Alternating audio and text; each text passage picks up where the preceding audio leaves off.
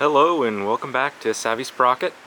I am back down at the shop today to continue work on the Bobcat there, and to a surprise there was a brand new tractor sitting out back. This is a 2022 or 21 brand new Massey Ferguson 4707. It's a neighbor's tractor that came over to use a couple tools to build up his plow frame for it, but really nice looking machine. So today I'm going to continue work on the electrical system for the Bobcat. I did end up buying a brand new starter. It ended up the solenoid was bad on the older starter because the terminal, one of the terminals was just broken internally, and unfortunately there's kind of no way of fixing those. Check the price. A replacement solenoid is about $5 to $10 cheaper than a whole new starter with a new solenoid on it, and stock for the solenoids was out anyways, so I went ahead and just bought a new one that came in quick for a couple days from Amazon. And I'm going to start by reinstalling that today and then see if I can get the engine to turn over successfully.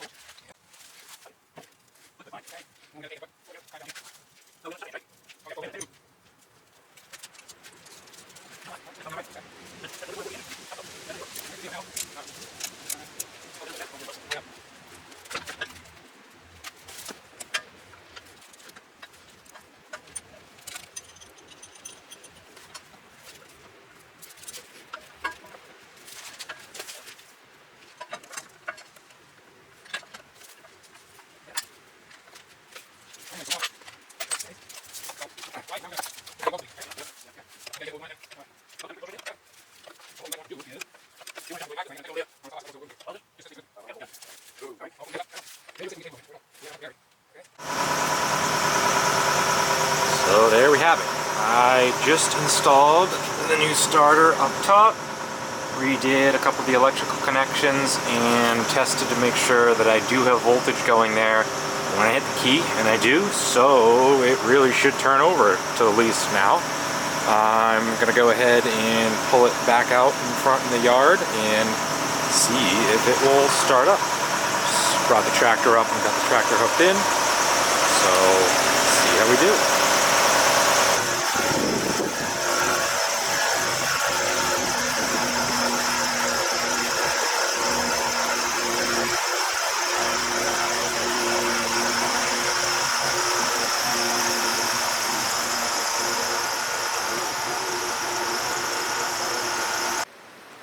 Okay, so I got the Bobcat pulled out.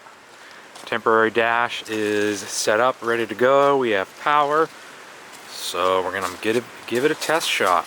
Let's set the camera on the tripod behind it so you guys can see the engine as things hopefully start up. And fingers crossed we don't have a lot of leaks.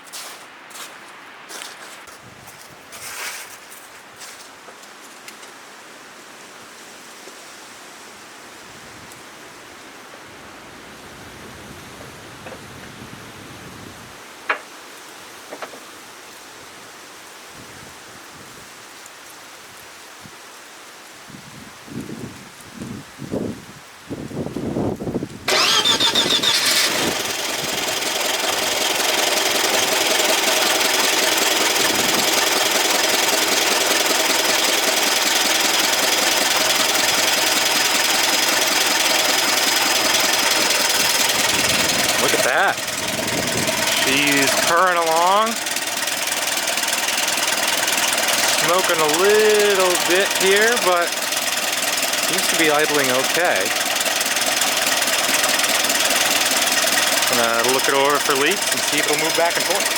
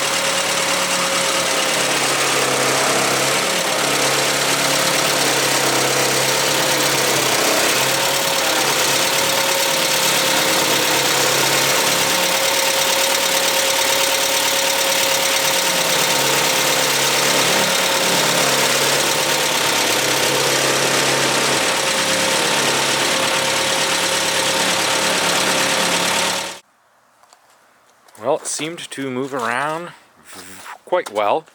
You can tell it runs a little rough when you idle it up and down. It just kind of doesn't do too hot, but we'll get that cleaned up and probably have to adjust the carbs slightly. I also still need to put the air filter back on, so it's breathing differently now than it had with that connected. It's got a big kind of air box to it. But what I'm going to do now is, actually it's been sitting for a little bit, so it's probably cooled back down. I'm just going to take a look at the oil levels and see how much we've actually gone through, and hopefully I don't open the chain case and the chain case is basically full again, which will just kind of indicate the speed in which those are leaking. So yeah, I'm going to take a look at that, and then that'll give us a better indication on how much I really need to kind of fix before I get my spring projects done with it.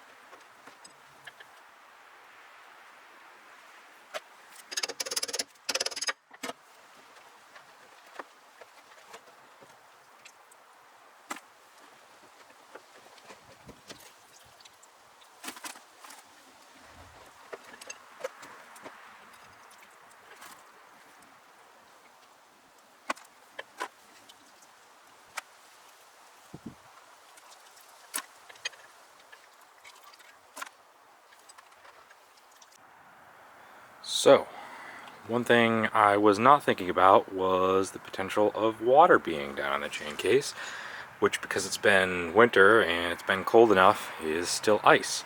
So that kind of helped us a little bit, actually, because I was able to fish quite a bit of it out to kind of separate the excess water from the older fluid that's down in there.